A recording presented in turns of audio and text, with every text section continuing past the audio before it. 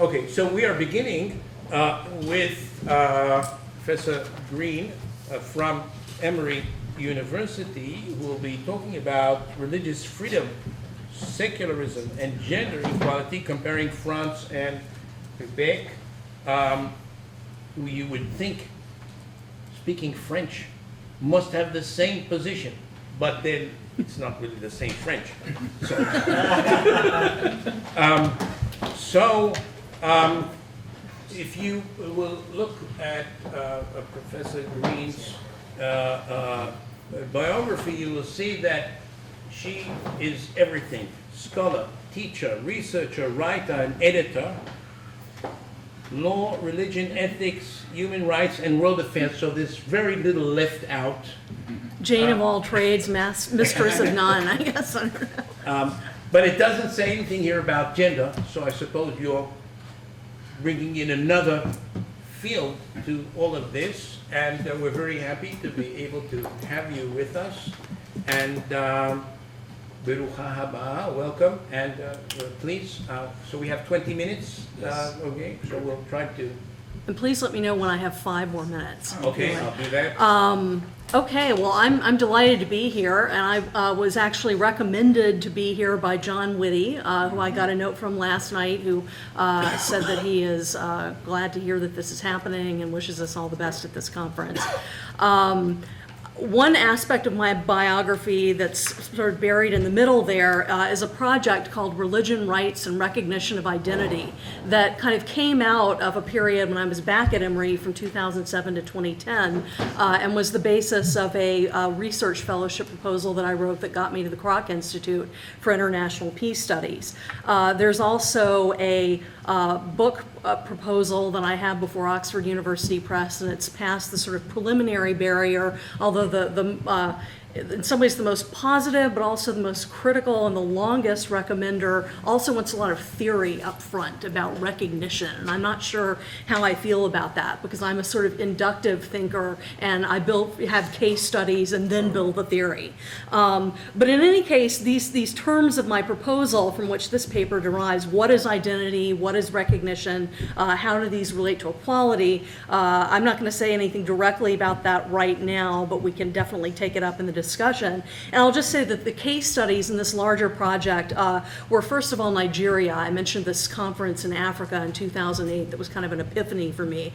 And it was the Nigerians who were the most vocal about these tensions, especially between Islam and Christianity. And of course, it is nearly divided evenly between the two. So it's a very interesting case study. So that was one. And I've taken these, the other actually was Britain, the UK. In 2006, I went over from Boston for the weekend, and I turned on my television the first morning, and there was a very heated debate on Good Morning Britain about a proposal to establish a list of British values to be taught in schools, which was widely perceived as being directed at the Muslim community. So I filed that away in the back of my mind, and then I thought, well, if I'm talking about the Brits, who always think that they're very nice and polite and stuff, it's the French who are really generating all the heat because of this proposed burqa ban. So that's how France came in. And in the years since, I've been sort of extrapolating from these and extending them into other areas. Last fall, I did a paper on Muslim-Christian tensions in the Central African Republic at the AAR, American Academy of Religion.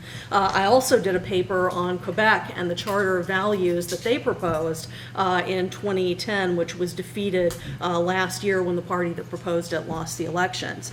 And Britain, I've kind of played out earlier this year in January. I was the academic lead for a course on religion and conflict with the Tony Blair Faith Foundation. So I had Brits to interact with and sort of forensically suss out for their views on things. But you raised the question of French, and do I speak it maybe, and why am I talking about French in Quebec as an American? Well, I'm actually from the very southern part of the Francophonic American world. I'm from New Orleans. I currently live in the heart of Cajun America. There is a sort of connection. My part of the Francophonic world is very conservative. There are people writing editorials to the local secular paper denouncing Pope Francis, who is too liberal for them. So this is very far from France and pretty far from Quebec as well. So that's how I kind of have a little biographical interest in all of this.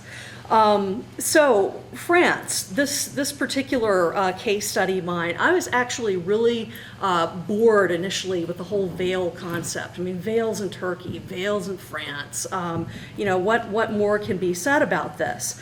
And then in early 2010, I learned that there had been a 658 French parliamentary report by a commission appointed to study the veil. And in our country, in my country, Republicans especially love to trot out the tax codes, and they're opposed to taxes. So they trot out volumes of the code and probably want to abolish it all. If I had brought this with me, it fills about a 4-inch binder. It's quite a doorstopper. So I've had this on my desk for a few years, and finally for this project undertook to read it, which I was able to do more easily because it's in a digital PDF, so I can actually search for things. But also shortly after that report was released in January 2010, the then leader of the parliament, Jean-François Copé, had an editorial in the New York Times in which he said, among other things, that the wearing of the veil by Muslim women was a refusal to be a person, something like this, refusal to be a citizen. That seemed pretty shocking. The piece was also called "Tearing Away the Veil," which I thought was a rather violent title, but maybe the New York Times foisted it on him. A couple of months later, a former professor of mine, Martha Nussbaum, had her own editorial in her liberal fashion, played up the liberty aspect, and was very much a defender of the veil, generated many comments from New York Times readers.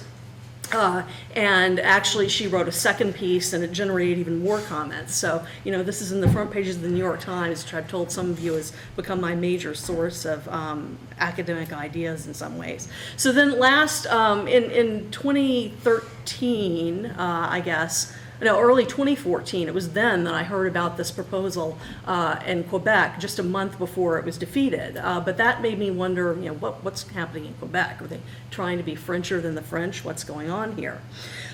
So I've said several things about identity at various points in this project, and the last two presentations had me searching on my Kindle for a couple of things that I just want to read to give you a sense of how I'm seeing identity, and then I'll say a bit about these two reports, the French Veil report and a 2008 report in Canada, in Quebec, that was done by two professors, Girard Bouchard and Charles Taylor, the eminent philosopher, on religious accommodation, and then I'll have some conclusions and we can throw it open.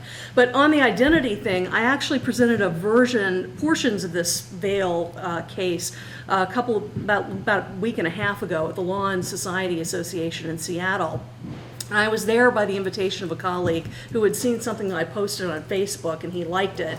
So I said, okay, I'll do a paper on that. And the thing that I posted was a quote from another New York Times editorial by the religion scholar and writer Reza Aslan that was in the aftermath of a very heated episode of the comedian, political commentator Bill Maher's real-time show. The actor Ben Affleck was there. I think Reza Aslan himself was there, although I'm not sure. I haven't actually seen the footage of it.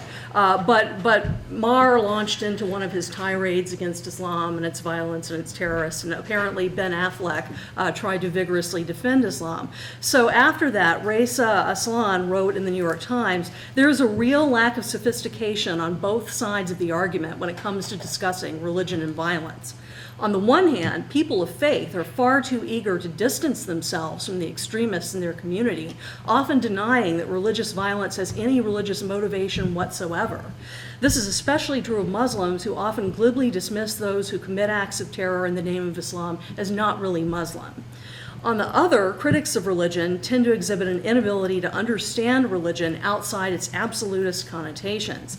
They scour holy texts for bits of savagery and point to extreme examples of religious bigotry, of which there are too many, to generalize about the causes of oppression throughout the world.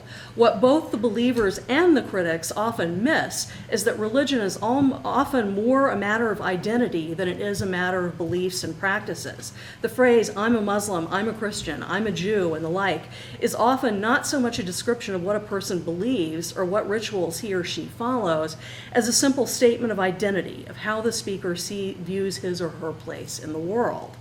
Now, last week, I'm on a religion and conflict Facebook page, and someone was circulating an article from 2008 on an MI5, the British Internal Security, that's the internal one, not the external, on terrorism in Britain.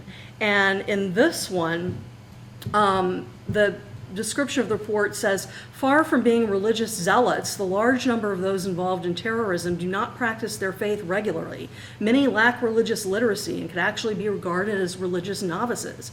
Very few have been brought up in strongly religious households, and there is a higher than average proportion of converts. Some are involved in drug taking, drinking alcohol, and visiting prostitutes. MI5 says there is evidence that a well-established religious identity actually protects against violent radicalization.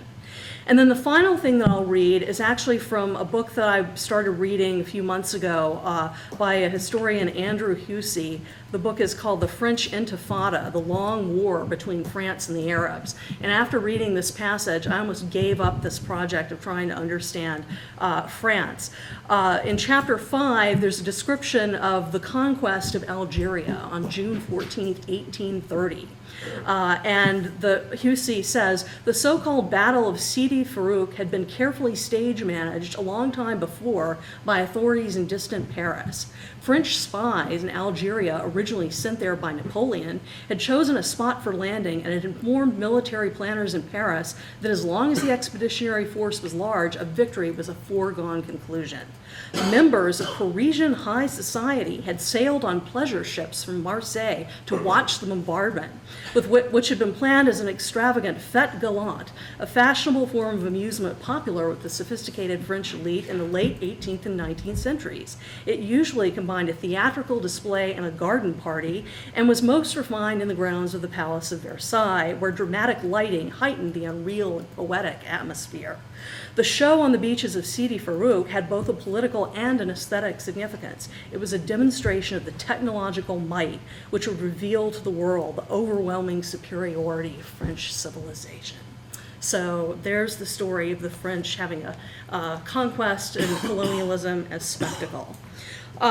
So this French Veil report, how to make sense of it. Let me give you a few outlines of what's in the report and comment on some specific parts. The first part of it is what I call the kind of historical sociological section, but it, as most of the other sections, has a rather inflammatory title. It's called Radical Practice Between Cultural Archaism and Fundamentalist Religion. Proselytism. The subsections talk about the ancient origins of the practice of veiling, the recent developments, and the fact that it is not an Islamic prescription, which they emphasize over and over. The second part, and the one that kind of drew me in on the identity aspect, was that it was a rogue sign of a quest for identity and a standard of radical communitarist movements. Another part said that it was a challenge for national civilizations and has a rundown of all the difficulties with Muslims and Islam in most European countries and other parts of the Western world. Then the second part goes on to analyze the veil in what is really the dominant rubric, which are the French Republican values of liberté, égalité, and fraternité. And the first part actually talks about the principle of laïcité, which really becomes a fourth principle in the report. It's emphasized over and over. That, of course, is the French name for their particular variety of secularism.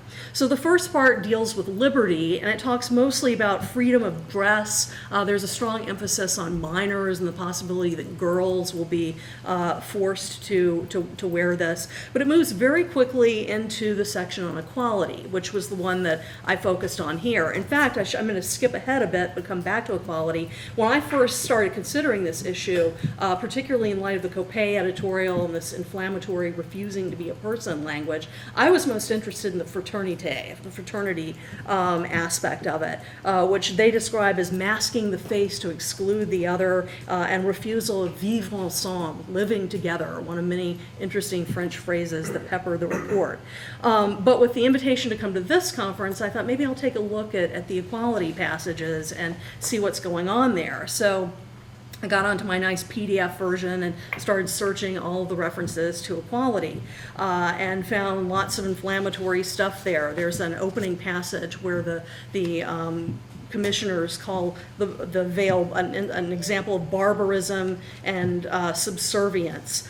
There is a particular quote that I think kind of sums everything up from one of the many experts that they had testify before the committee, a woman named Michelle Vian. I believe she was an anthropologist.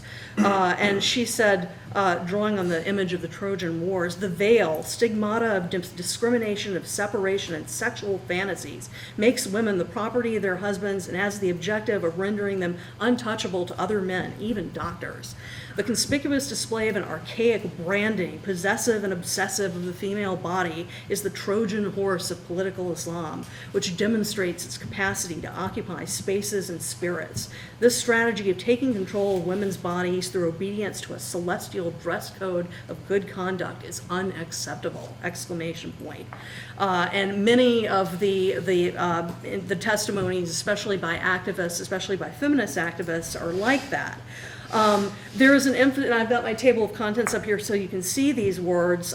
There's an emphasis on this question of mixité, which is really sort of like integration, that men and women are being prevented from integrating fully, especially in those Muslim pockets.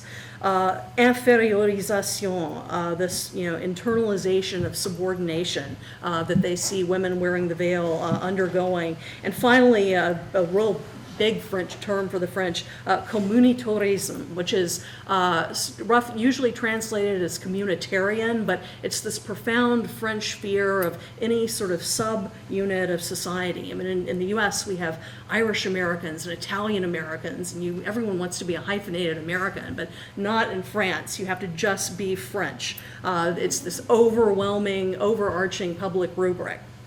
I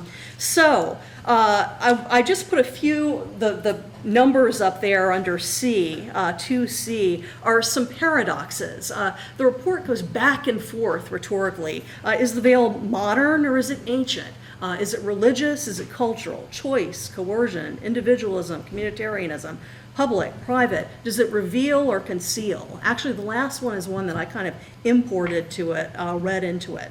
But I want to say something about this Quebec Charter of Values, which was directed at all religious symbols. It was not just about the veil, and generated interfaith opposition that probably ultimately led to the party being defeated, the one who proposed it. They actually propose a project, a paradigm of reasonable accommodation and open secularism, which they premise on an idea of interculturalism, which is different from multiculturalism. They say in the Bouchard-Taylor report, it's more about the interaction of cultures and cultures learning from one another. I'm actually gravitating toward that. There's some very interesting phrases in there. This idea of integration, inequality, equality and difference, which I believe Judge Hendel referred to at the beginning of our proceedings. And then finally, in this last section, this is the one that's left unfinished. If any of you have seen the paper on the Dropbox, I've been steadily uploading longer sections. So if you saw an early version, you didn't see what's up there now. But the last part is still incomplete, and this is where I'm kind of drawing on some of the things that I'm hearing here to complete it. So this is very much a work in progress. But some of the principles here, plural equalities. We have different equalities. Maybe it's kind of a pluralism concern that Mark Rosen indicated earlier on. The question of group equality. How do we deal with groups and the possibility that they have equality?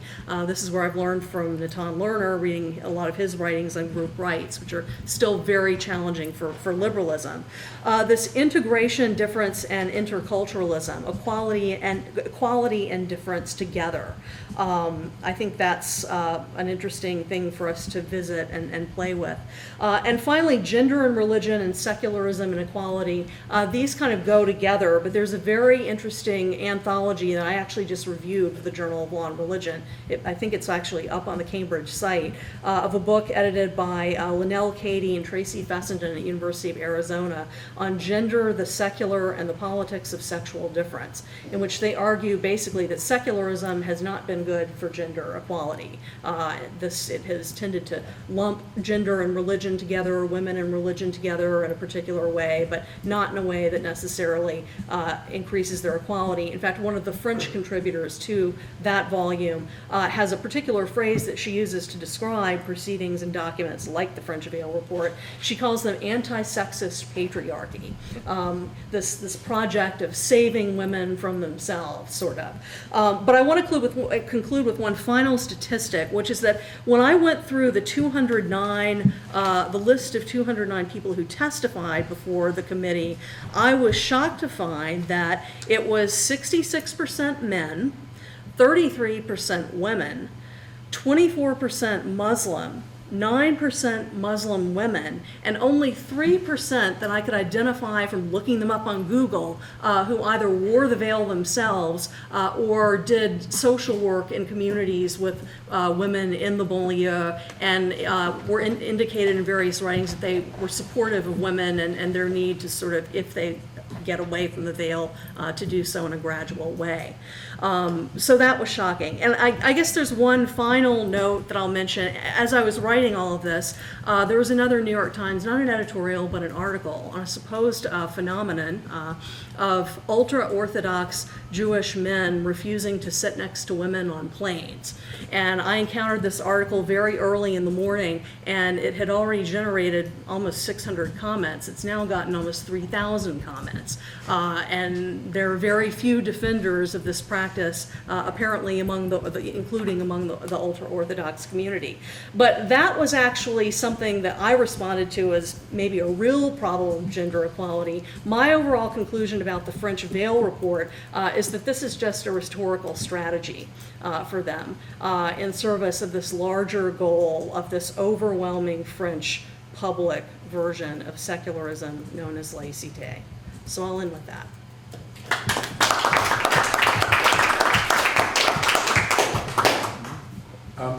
Okay, so we'll take comments or questions. Please. Thank you. Okay, so though they both speak French, they have, from what I understand, like very different political cultures, right? And so the Canadians, and it's very interesting. Charles Taylor was involved in writing that report. They really do embrace multi or interculturalism, and the French definitely don't. And so that, to me, again, raises a question of whether it's okay for a community like the French to say what it means to be a French citizen is that everybody goes out like this, stripped of their religious symbols. And let's assume for the moment, for argumentative purposes, that the veil prohibition is not just anti-Islam, which it might be, but it's not anti-Islam, but it's just the French trying to make sure that French culture is defended, which is the way that that French minister justified the veil within the New York Times. that's so, should liberal states be able to try to establish a laissez-faire, strong secularist culture, seems to me to actually be a hard question. It's even though I wouldn't want to live there, I prefer to live in the States or in intercultural, or Israel. Those who want to be French and be in a place where they can see the face of everybody who goes out, should they be able to do that? To me, that's the interesting question that's raised by this case study.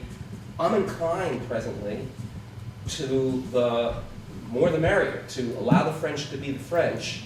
But I'm curious what, this is a discussion. I'm curious what others think. And the European Court of Human Rights agreed. Yeah, but Last year. that's not the last word on the subject either, yeah. What would you say about a country that they want not to see the face of everybody, especially not women? And they ask, and we have some countries like this in Iran, and they want for their community, I think. okay, so they must cover their face or their hair, so other people won't see it. Right. So what about that? So I mean, if you are willing to live the polity or the state to decide for the people whether you should look the other or should not look the other.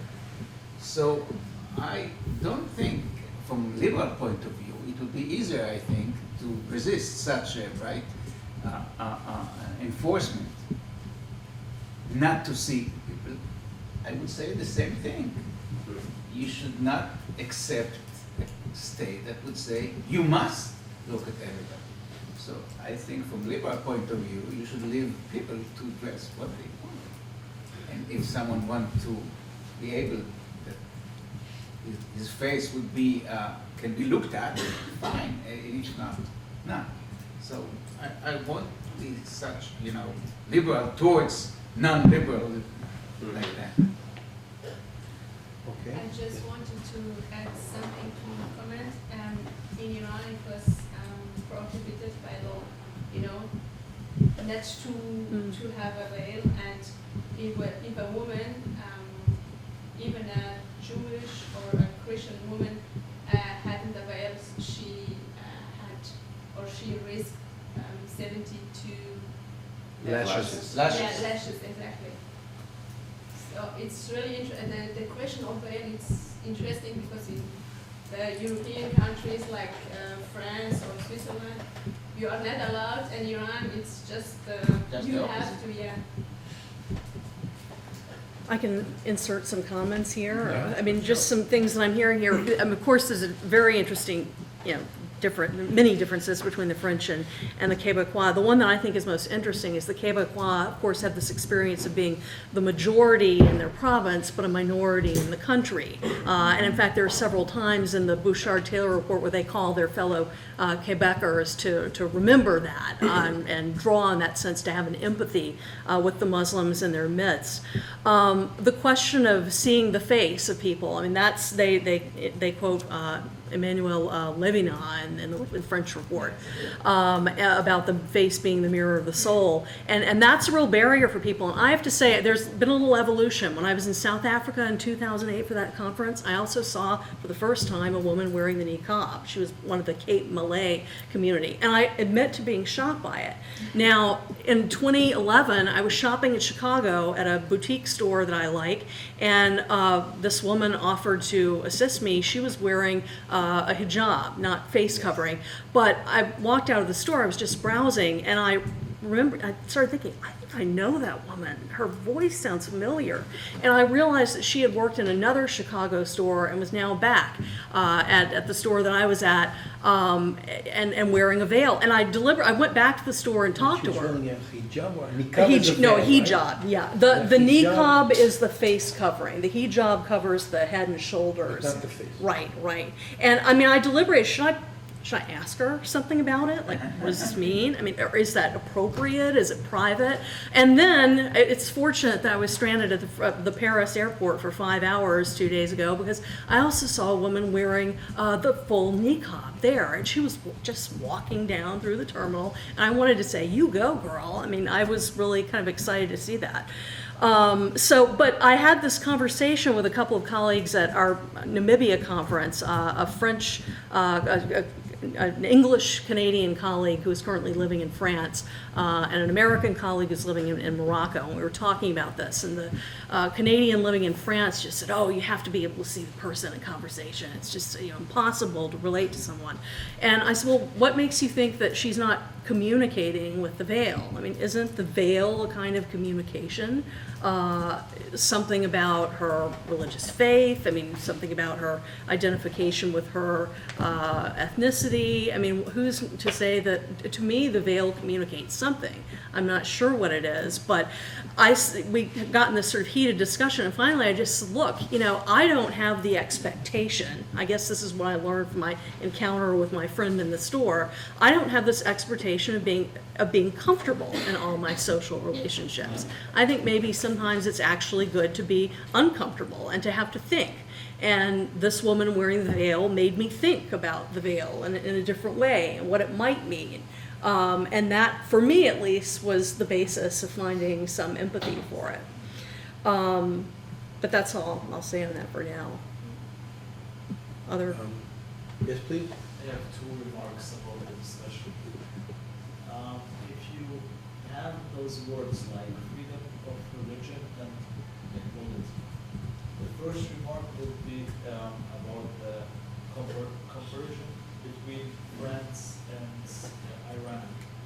I think that you can't compare those two countries because France is a constitutional state and Iran isn't. So I don't see the comparison between those countries in a theoretic topic or point of view maybe, but on the point of view of law, it's not possible. And the second thing is about the veil. If you claim your right or the freedom of religion to have the veil, there are two things. There is the individual right that you have and the collective right, maybe. And on both you have to do like a balance of interests. And on one side you have the personal interest, on the other side you have the public interest. And when the majority says that we don't want a veil or we want a veil, there is the public interest that is, of my point of view, a good argument to say yes or no. What is the public interest that counts? Mm-hmm. Yeah, and of course, I know nothing about Iran. I'm doing Quebec and Canada and France here, but yeah, I mean, that's certainly the public nature is the French argument, that this is and they cite Rousseau and the general will, that this is who we are and this is what it means to be a French person. I guess the reason why that historical account really resonated with me, and the rest of the book that I've managed to read without getting too frustrated, is the sense that the French sort of don't know who is in their midst. They seem clueless about, they brought civilization to these people, and they don't want to be French, and they're shocked. I mean, I think about it in terms of the Charlie Hebdo incident. If they hadn't been obsessing about women's veils and had been looking at men in prisons, maybe they would have realized sooner that all the Kouachi brothers and Koulibaly were threats. So I think in some ways this focus on women in the veil is actually, if you want to be talk in security terms, is actually a diversion from other places that they need to be looking. Well, I would like to say in response to your comment, of course, that the fact that the majority of people, let's say, want a veil, or a majority of people think no veil, but this is exactly the issue of human rights, that the majority doesn't count. Okay, that the majority wants, because all through history the majority wanted to kill the minority or to otherwise subjugate them. And the idea is, no, there's certain things that the majority, even if they want it, we have to say no for a certain reason, and that's the issue behind this discussion. So with all due respect to what the majority might want, maybe what they want is something that should not be permitted. Yeah, if the core of the human right is touched, then yes. Yes, please. So, a few things. One is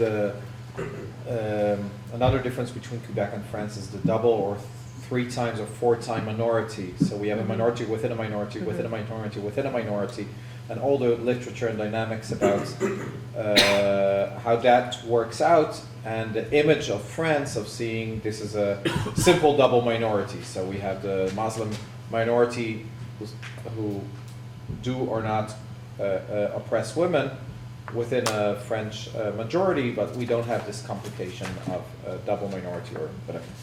The second is, what is the difference between the rule or the result and argumentation? So let's put aside if we believe the community, the religious community. But is there any difference between if the argument of the community is, this is what women want, this is what is good for women, this is what we decide for women to do, this is what we think God wants? Is there any normative stand from a liberal perspective, from the state perspective, on the issue of the argumentation that is used? Or is it the result and the analysis of the consequences or social interactions and whatever interests that make, and this is directly, I think, connected to the question of identity, which is partly by practice and partly by the explanation of the practice. The last thing that I'm struggling with in this connection is the following, and I want to offer it and see what it does. I had this notion that part of religious belief or living according to values means that I'm ready to pay the price for my beliefs. And if a religious person says, I give up earthly goods to live some valuable life, most people would say, well, there is nothing bad to say about this, even if I don't think that there is a God or that this has a meaning. I have respect for this position in life, for, you know, putting your body, wealth, whatever, where your mouth is. The problem starts when, instead of internalizing the costs of my values are that somebody else will pay the price. Okay, so I'm living a valuable life, and therefore you pay, you do, and then we have this feeling that there is something fraud about this, the authenticity, or this is not valuable life. Valuable life is to. And I think that part of why religion and equality is such an interesting issue is because a minority within the religion pays the price for the majority or the people in power to act out their values. So in gender equality, it is the man who, or the woman voluntarily, in relation to the way they perceive male relations to God, they restrict themselves. But actually who's paying the price is one person, and the one gaining most of the is somebody else, or the people of authority that set the rules, but they themselves don't restrict themselves, they restrict somebody else. And I'll finish with a story relating to the last New York Times article relating sitting together on buses or planes. So in an argument I was in, somebody brought the source of authority that you're not allowed to sit next to a woman. So they brought this story about a very pious and interesting Jerusalemite Rabbi Auerbach, who passed away a few years ago. And it was famous about him in Jerusalem that every time that a woman would sit next to him, he would get off the bus, which was doubly. First, he would suddenly, oh, I missed my stop, and he would get off the bus. But everybody knew that it wasn't that he missed the stop. It was, and he would wait for the next. And he would pay again. You couldn't do it on a plane. And he would pay again because at that time there was no transfer, so you had to pay for each time. So there was public lore that he was doing that. And what I responded is that the big difference is that if he would be in such a situation on a plane, he would get off. He was ready to pay the price. And he was internalizing the cost of his value world, which is not shared with other people. And I think this is part of the problem, is that the values are not shared, and who is carrying the costs? Okay, we'll take 2 more comments, and then we will move on to Joel. Joel. Yes, please. I just this phrase interculturalism. Yeah, could you just explain how that's different from, multiculturalism? I just hadn't heard it before. Yeah, again, it's this sort of dialogical concept, and I think it seems kind of like what I said about being willing to be made uncomfortable by the difference and the presence of difference in the other, about being willing to seriously engage that on both sides. If you want to know more, there's a little section on it in the report itself. Okay, please, Debbie. And I just had 2 quick comments. The first is that I actually disagree with Amos. I don't think that is the person fully internalizing the cost. And if you think in terms of the United States, in terms of race relations, if somebody who was white thought that it was wrong to sit next to somebody black on the bus and was continually getting off the bus and they were willing to pay again, I think the message that it sends, or somebody's not willing to sit next to somebody who's Jewish, it's not internalizing the cost fully, because it is sending a message to somebody that they are a second-class citizen. I think that matters a lot. But then my second question, that wasn't a question, it was just a comment. My second question, it refers to something which you had said before, which is, I thought, and I know you didn't have time to go through it all, in 2C3 choice, a 2C3 choice versus coercion. I was wondering how much, and you touched on this a little bit, there seems to be a lack of belief that this is something that a woman would actually truly choose. That it has to somehow be brainwashing or coercion, because I know that in other religions, there, something is like pop culture, which is like the whole Duggar, controversy in the States right now. There seems to be this sense that it's always going to be coercion. It can't possibly be choice, and I was curious how much. Yeah, no, and that gets to one of Amos's points Yeah. about the claims of faith. One of the sort of paradoxes, the sort of rough shifts, is that they move from just a couple of places where they cite one of the women with the veil that they interviewed, who does talk about it being about purity of faith and modesty, and she said she researched it carefully and not in a Salafist library, and it's her choice. But then they quickly say, but then women and their families, blah, blah. But again, it's that question of there were only 6 out of 209 people that they heard who were Muslim women wearing the veil, or who seemed to support, based on what I could find out, women wearing the veil. So they didn't really hear a representative group. And incidentally, when they talk about theology, I noticed this because I searched equality and then I searched religion, and I noticed there are an awful lot of men, including Muslim men. There's a leader of the main Muslim organization in France who they quote, and this gets to the question, one of your questions about the being willing to accept the thing. One of the things that's sort of disturbing is to see how the Muslim majority groups end up up, casting these women out, saying, oh no, this is not a legitimate practice. And the French government, of course, used them to great effect in this report, having them testify that. But yet they weren't willing to hear the women's side at all, which I think is really shocking. And just one final point on the question of minority. One interesting thing, there's a book called Euro Jihad, another book that I'm reading along with the French Intifada, and I finished that one. And one of the things that it says, it's a study of radicalization by two researchers at RAND. They say that those who get radicalized go global before they go local.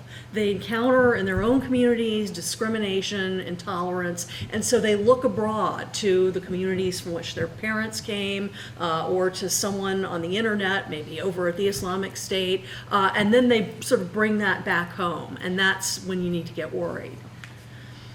Okay, thank you very much.